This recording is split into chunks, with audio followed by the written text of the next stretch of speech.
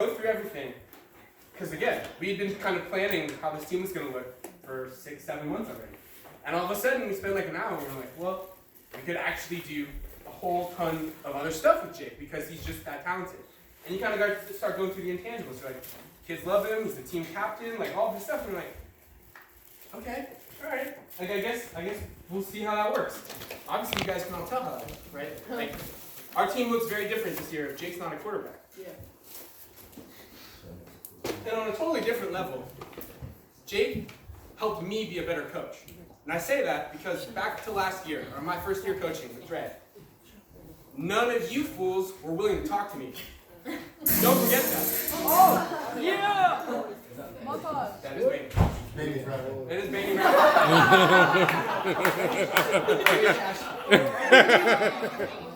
But, so in our first week of coaching, Dre actually, I know he's doing this on purpose, Dre actually had to leave. He had baby stuff. So all of a sudden, I'm like assistant head coach, and now I'm like head coach for like 2 days. In our first week of coaching, a bunch of kids I don't know, a bunch of parents that are on the coaching staff that are all trying to tell me different things about their kids and how great they are and like how they should play quarterback. And we're like, okay, good to know. And I had no idea. I was like really like kind of just out on my own. Like I'm like in charge, but I'm not in charge of anything at the same time. But Jake was like comfortable enough coming up and talking to me as a coach, right? And so that actually led to us forming like quite a bond. This kid's probably my little brother on the team. And this gets to a point where it's really funny this year. As I said earlier, we have relationships with like Los Gatos, Santa Clara, all these coaches, right? We talk to them, we're friends with them. Friendly. Yeah, exactly. And after we win in Santa Cruz, the president of Los Gatos comes up to me and is like, dude, your little brother played great today. And so in my head, I'm like, you motherfucking racist. You're going to assume that we're related. Your big brother. Right. But then at the same time, I'm like, but that's like true. Jake and I always talk before games. We always break shit down together. And so I was touched that this coach that, we know, but like he knows nothing about us, would say that. And so it was heartwarming, and I can't wait to see what you do at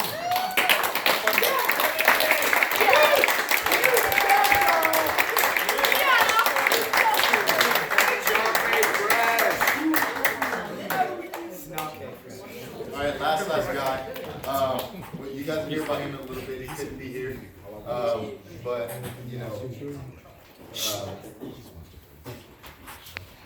Charlie Seymour. He meant a lot to the team.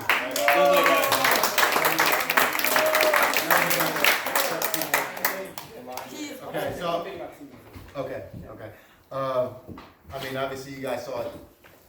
That kid is like a football freak. Like, he was literally our offensive left tackle, which is like your offensive most important position. Could have been a wide receiver, could have been quarterback. He's faster than everybody here. Don't debate. Yes, he is. Definitely faster than Charles. Definitely faster than Charles. But I mean, obviously, you guys will hear about him a little bit more in a little bit. But I mean, just freak athlete, wouldn't be here without him. So let's clap it up real quick.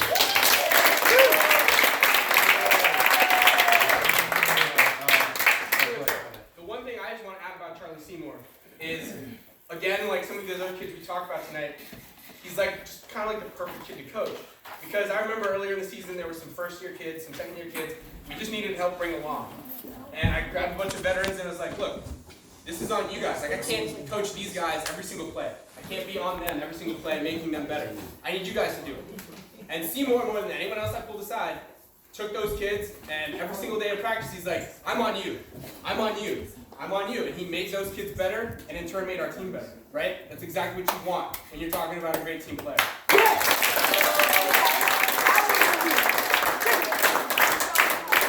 That was a power speech. All right, Benny said we wouldn't get rings, but so as you guys know, right? Benny probably had one of the other toughest jobs on the team, getting double teamed every play, but he showed up. He also scored a touchdown. So it's more touchdowns than like a lot of you guys like Dylan, But I mean, obviously missing that kid wish he was here, but it's just absolute stud, and again, we wouldn't be here without him. Next kid is Matthew Milan, right? You guys saw when we got to Lincoln, he you know, he had to start and never came off the field. He got a carry here. I think he had one pass thrown, right? Maybe? No, maybe not. But anyways, I mean, he hustled, and I mean, anytime you have a starter and you win the championship, that is huge. So I know they couldn't be here, but you know, let's just clap it up for everybody.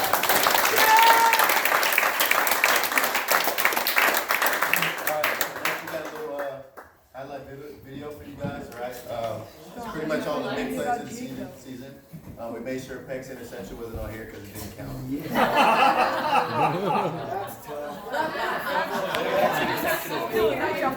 Alright, so let's try to focus up. Couldn't play, Peck sent me a playlist, couldn't play it because of copyright. Infraction. Is it big? Ready? Yep, Oh, weird spikes the ball.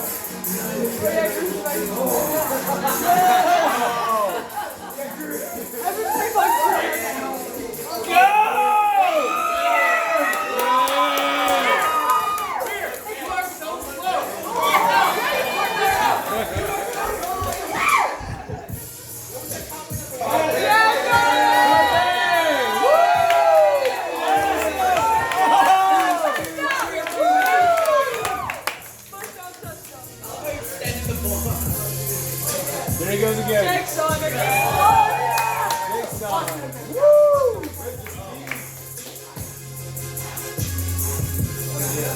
Yeah! Oh, you get nothing. Oh, he's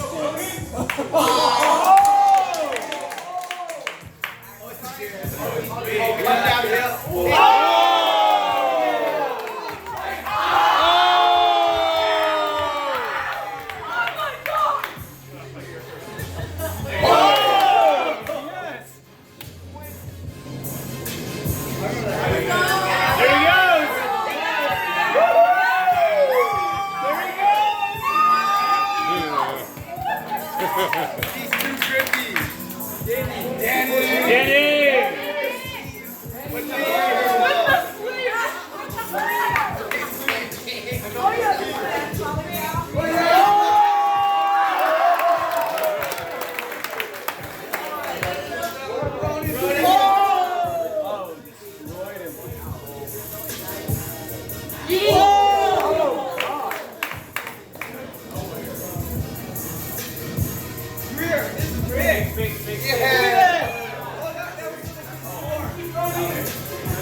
And then he hikes up the sideline. Oh, Jake. Nice. Block.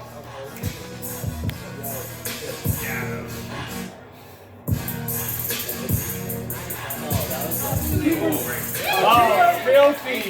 Woo!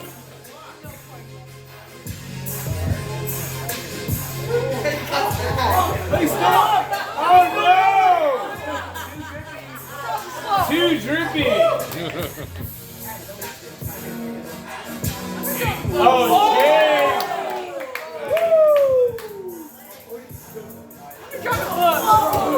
Oh, nice.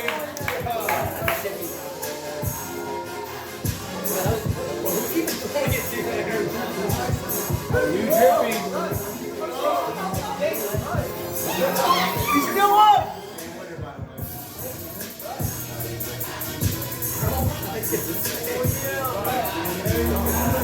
That's a winning touchdown.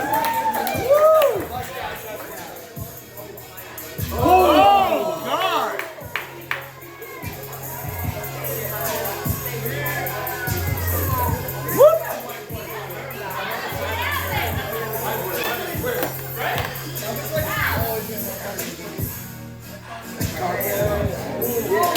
Oh, look at that. Carpet!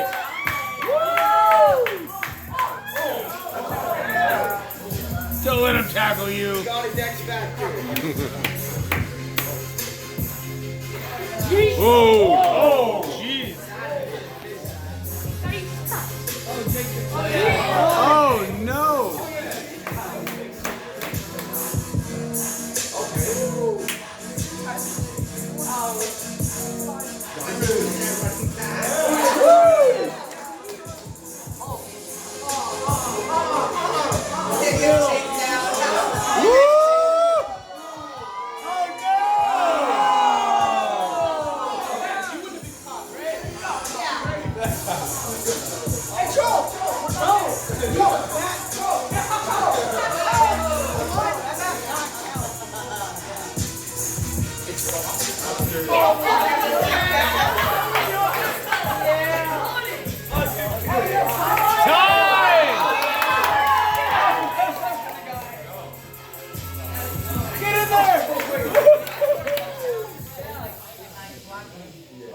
Thank you.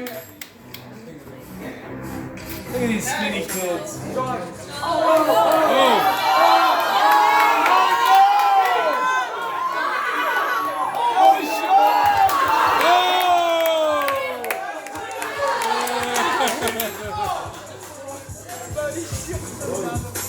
Give me that. Crush him.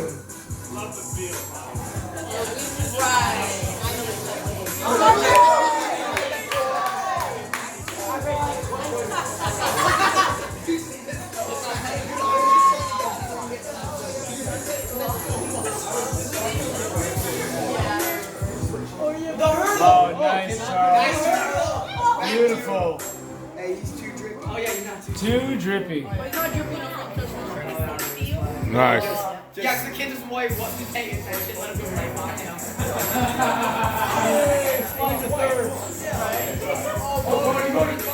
Whoa! Woo! See ya.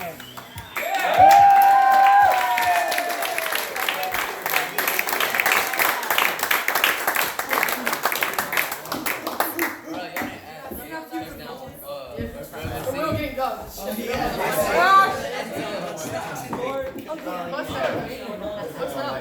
Jake did it. Against Redwood City, like the 80 No Redwood City? We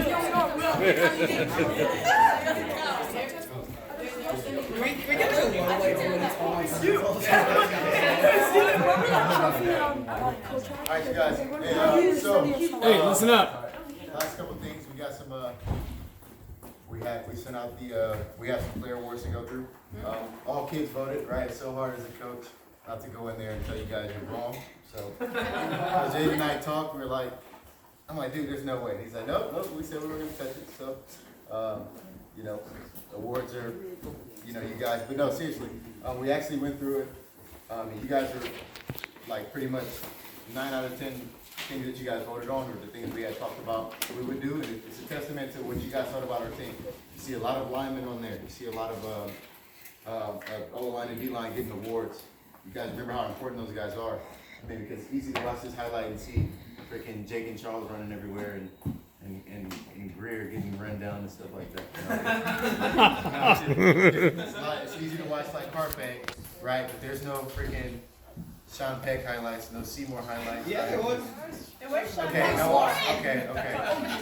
No. There aren't as many. Come on. Okay, that was an accident. I meant to take that off. Okay. Anyways, my point is, right, you guys actually thought about the season, as I told you to, and you guys voted in a way that, we're actually happy about as coaches, because you guys didn't just focus on, who scored the most touchdowns and who had the most tackles. So,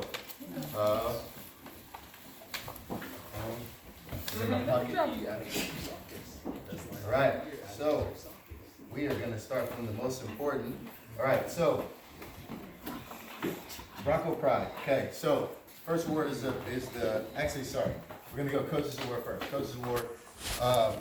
All that means is, we talked about some kids who just kind of bought into the team, no matter how long you play football, or if you're brand new or not. There's kids who just kind of were a perfect fit for the team. And who we thought deserved some extra attention for what they brought to the team, regardless of if it was in statistics or if it was in anything else. These 3 kids we're going to talk about are really special. Boys, you guys understand, so we just want to give some acknowledgement. So I want to get Jackson Walker up here.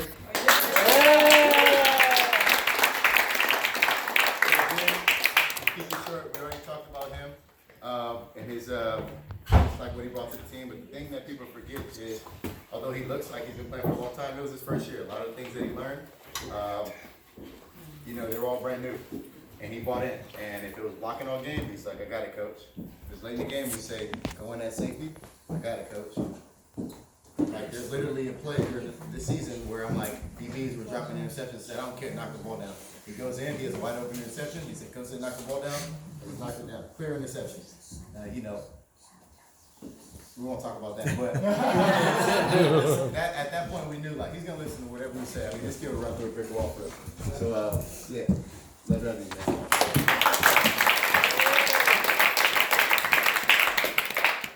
So this next kid, again, we've already talked about all of them, so we'll keep it brief.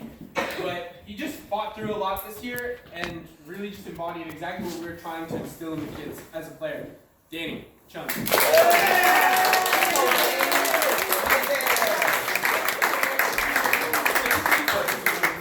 are the kids that we chose that we just wanted to single out. Yeah.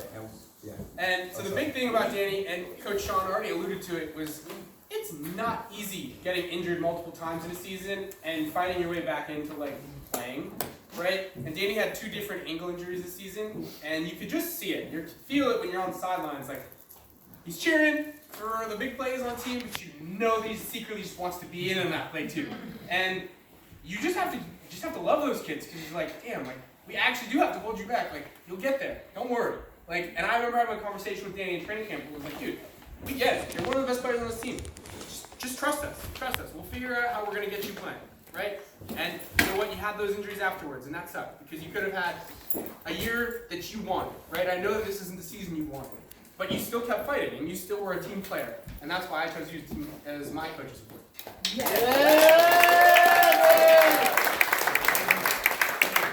All right, last kid. Again, another quiet kid, just kind of does what you say.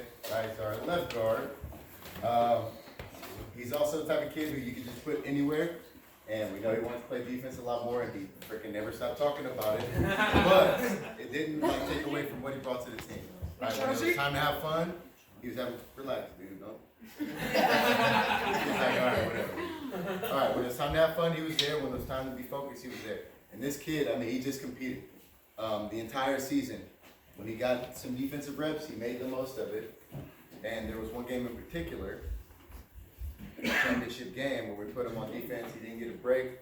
And you go back and watch the game, like nobody's watching the defensive tackles. Like, let's be honest, right? Except coaches after the game. But during the game, nobody's like watching and paying attention.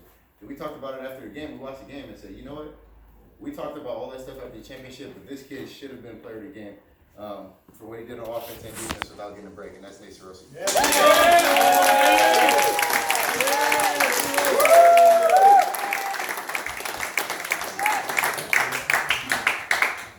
We only gave you that because you're hosting this. So. Next award here. No, so next award here, most improved. Okay, so this is a little bit of an unfair award for the kids who were here last year, because a lot of the guys who voted for this kid were the guys who were here last year and said, oh, he's got a lot better from last season. And you know what? He was the one kid where I'm like, I would vote this kid for most improved, but none of the other kids are going to do it, so I'm going to sit this one out. I'm not going to vote this one. We talked about it. When we got the results back, I'm like, hey, dude, like, you see that? He's like, yeah, what did you expect? I don't know. But anyways, most improved. Now, this award is not somebody who, like, wasn't good and then got good. It's somebody who just got a lot better. I mean, we're talking about a kid who, you know, we were trying to find a spot for because he's tough and physical, so we put him on the O-line, right? But by the end of the season, to be honest, he's probably our best O-lineman. Passing, running. He always had the biggest, fattest dude on him. Like, and he's always joking about it before the game. He's like, dude, focus up on what you need to do. He's like, I just know they're gonna line this dude up on me. And it happened anyway. You can watch film. He's always on this side. When they play us, they line him up right in front of this kid. But you know, at the end of the season, like we said, he was clearly our best lineman. I mean, you watch games. He's pulling as a guard. He's going to hit guys. At the end of halftime, you look up and guys are trying to avoid him. And then like run lanes are wide open, and that's Sean Peck.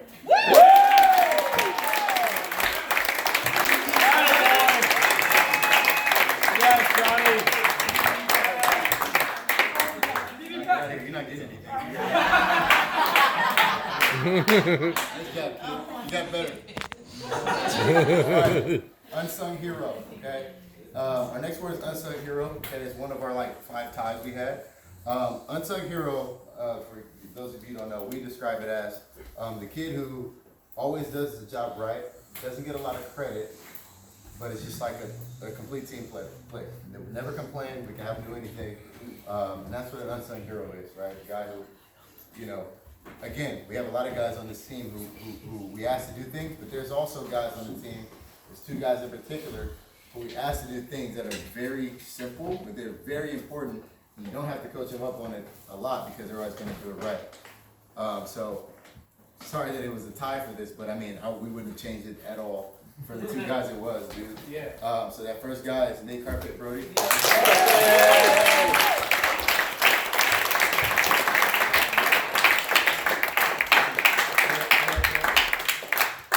Right, so we talked about him a lot, right, and how he just like doesn't mess up, he doesn't have any mistakes. You saw a lot of highlights of him. So that was great. Yeah, listen up. That's it. Guys, come give us high five. Beast, Sit down. beast. All right. The other guy, he's our fullback, H-back kind of guy. We don't use the word tight end because we don't have those. But he's another guy who, again, didn't get a ton of targets. But what he did, got a touchdown here and there, had a couple catches. But we always run by this guy. All the shifting motions and stuff we do doesn't matter because we know we're following this guy. He's going to do the right thing. And when we're calling the wrong thing, again, he's going to tell you that it's wrong. And you're going to find a way to tell him that you were going to change it anyway to what he was saying because he's smarter than all the coaches. And that's Charlie Phillips.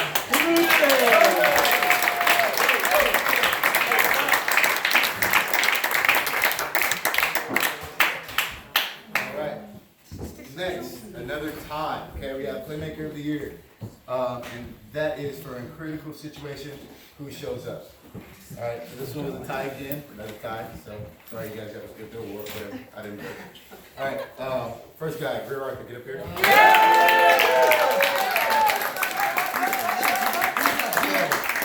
There's a lot of games. First, our last game of the season where he runs back to open the kick and I missed it. Didn't think he was going to score. Right, he scores. Right, scores a touchdown on the first play of the game in another city, and we end up winning by 6 points. I mean, that's huge. But then there's also, we're playing against Los Gatos. First time he catches a 70-yard touchdown. Second time he catches a 25-yard touchdown on the third down.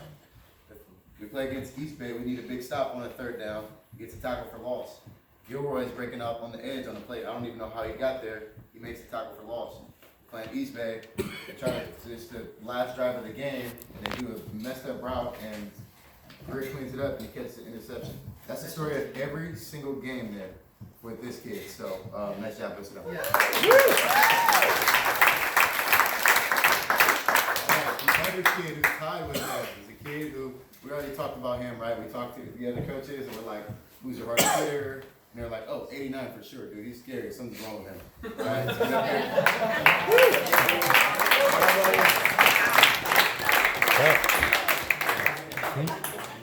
that's exactly how he plays, dude. In the 70s, you'd have been that kid with the leather coat. You have to say anything. Right. I mean, no, it's like every year you get like a kid who, like, whatever you touch, it just like falls apart. Grease ball. For whatever reason, again, the kid just like breaks things, and we like it because we play football.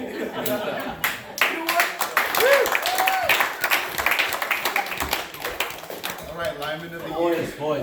Hard nose. This one was really close because we had a lot of really good linemen. But this kid in particular is not here since they gave away. But the reason he got lineman of the year, I believe, is, well, one, because he got voted for it. But this kid, I mean, like running behind him, I mean, running backs will tell you, running behind Seymour is just like, oh, we're running to this way, this is touchdown. Right? Seriously, because he's faster than the running backs. Like sometimes he knocks guys over. You guys didn't even notice because you're watching the guy score. Sometimes he knocks guys over. He looks up. Charles is going to score, so he goes, chases him, meets him in the end zone, and celebrates. But he's that good. He's really that good. He also was our strong end, sort of weekend type of guy. And he showed up. I mean, again, championship game. We needed a fourth down stop. He makes a tackle, literally inches away from the first down, and secures the win for us. And that's Charlie Seymour.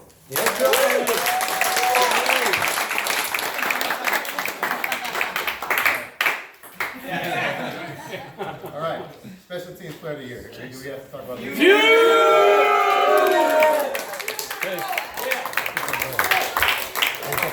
So I just wasted that tiny little tidbit. Like the third highest highest scorer on the team. I wasted that when I was talking about him. But that actually, it's. He's big. You guys think about that? Huge. Most teams that we play against, all throughout Pop Warner, That's don't have a true. kicker. They like don't even really bother because it's like that takes time, that takes practice. You actually gotta let them sit there. You gotta like go through reps. And you're like, hey, you gotta kick like this. You gotta kick like this. I mean, this is Legatron. Like, he'll kick it like 50 yards with like taking like 10 steps, and you're like, dude. All right, I'm not gonna bother. Like, do you? I can't wait to see it, dude. You keep it up, and you get a scholarship.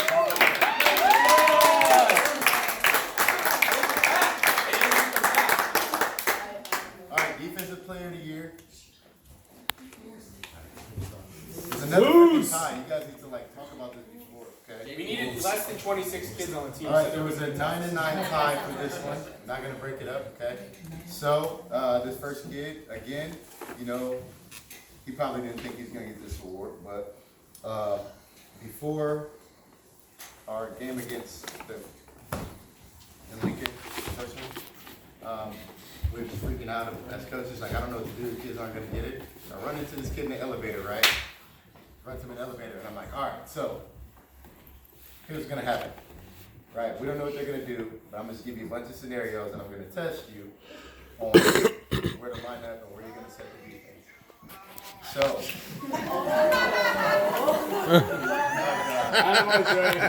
alright, so we're in the elevator, we're talking about it, and he's like, kid, okay, I'm gonna do this, and that. And I'm like, yeah, like, don't ask me questions, I just wanna know what you're gonna do, because by that point in the season, like, the kids, they call their own defense. We'll tell them if we're gonna make adjustments, but I mean, everything was dependent on What they see. Right? So I'm like, okay, so this is what I wanna do. What do you think about that? He's like, yeah, that's cool. I'm like, what if they do this, this, and that? He's like, I think I'll do this, I'll do that. I was like, all right, whatever you do, just communicate with me on how it's working, and like, don't make it too complicated. Whatever you do, commit to it, and we'll find out if it's not working. And then he goes, well, what if they run a trick play? I was like, dude, shut up, just go to sleep. Anyways, tournament comes, he has like 6 sacks. But throughout the season, that's what he did for us. He always called the defense, called the D-line front, called the rip the lids, he loved it. We changed our entire defense that game. And we talked about it literally in an elevator. And he made all the decisions. I just said, okay, that's what we're gonna do, and we ended up winning. That's Ronan's in.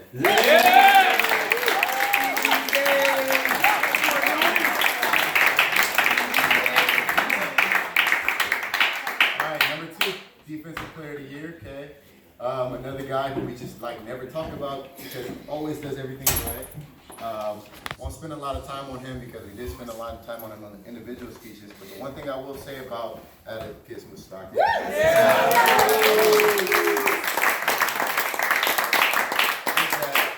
I mean, even as a 6th grader going into 7th grade last year, like the first time I saw him, like doing drills, I was like, this kid is like high school ready already. Not like physically, but like mentally, and just like his technique, just like, I don't know who he's working with, but he gets it. He's always square to the ball. He's always in the right spot, like literally to a T. He will never mess it up. I don't think he messed it up once. Like he will literally be in the right spot, and everybody else's defense will be wrong. Right? Because he's quiet. He doesn't tell everybody he's selfish. He wants all tackles. Which is why. So he's clearly our leader in tackles. And if you watch the film, he's always on the strong side. He's always cleaning up.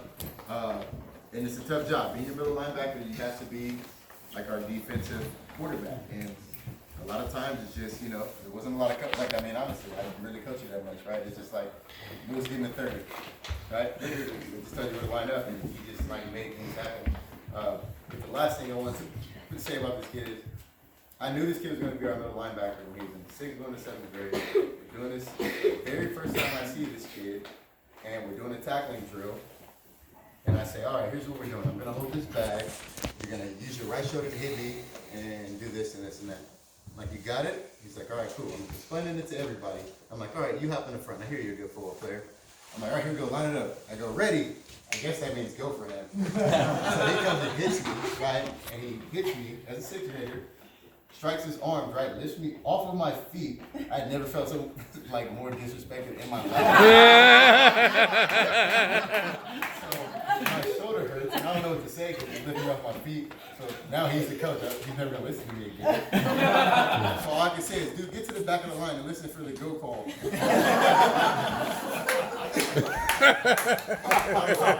After I got over my personal emotions, it's like, all right, that's how I'm going to line back. But nice job.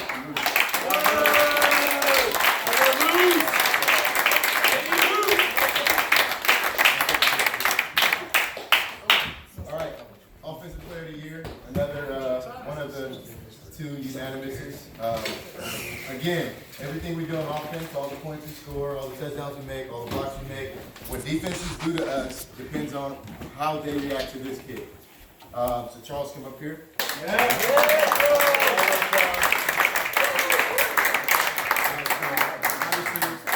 So you guys understand like how important he is and has been, not just to this team, but like to this organization. I mean, Joe can tell you from when he was a little kid. I mean, a lot of these coaches have been coaching against him since he doesn't even remember who he played against, and they know him. And like, they don't call him like number one. They say like, oh, Charles, you know, if we can stop Charles. I'm like, you know. Yeah, exactly. Can't stop Charles. Yeah, but you know, what's funny is, you know, they had the story with Aiden and they thought that Jake was his brother. One of the coaches actually was Charles, my son, I told him. As you can tell, Los Gatos coaches are a little bit racist. Like, when your son, I'm like, yeah, that's good. But yeah, I definitely wouldn't want him as a son. But I mean, again, nothing what we do on offense. Nothing what we do on offense works without this guy here. I know he doesn't always get the ball as much as he wants, and he always complains about it. I know he gets us all the way down to the 1 yard line, and I'm like, like Give it to someone else. Give it to someone else. Anyone. But you know, there's a reason for all of that. That's why late in the season, you know, when we needed him to show up, he did, right? Teams started focusing elsewhere because they felt like they don't know if he's hurt or what's going on. And then, you know, playoffs come and he's just like destroying everybody. He went from getting like 10 and 12 carries to like 16 to 18 and just like moving the chains like no other, catching the ball out of the backfield. Things that you guys see from really good football players like Elliott's, Saquon Barkley's, right? I wouldn't call it like low management, but it's like, I mean, the strategy that we use this year with them is just, again, it doesn't work without you, man. So I appreciate you.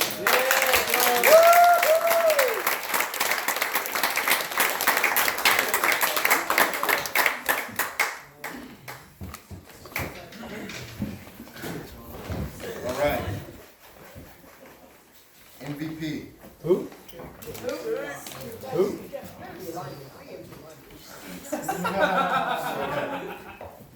We heard enough about that today, right? Yep. Good. All right, everybody, get out here. No. So, you know, again, things he did for us. I mean, led us in touchdowns, probably led us in yards, interceptions, probably up there somewhere behind Moose and tackles. Behind Moose, you're there. Behind Moose. All right, his mom's here. Okay. Turnovers, forced fumbles, everything. He's also our reserve running quarterback, whatever it is. Probably threw the ball like 3 times this year. He's another running back for us. The things you did for us are outstanding. I mean, just to go from being a lineman your whole year, I mean, your whole entire career, to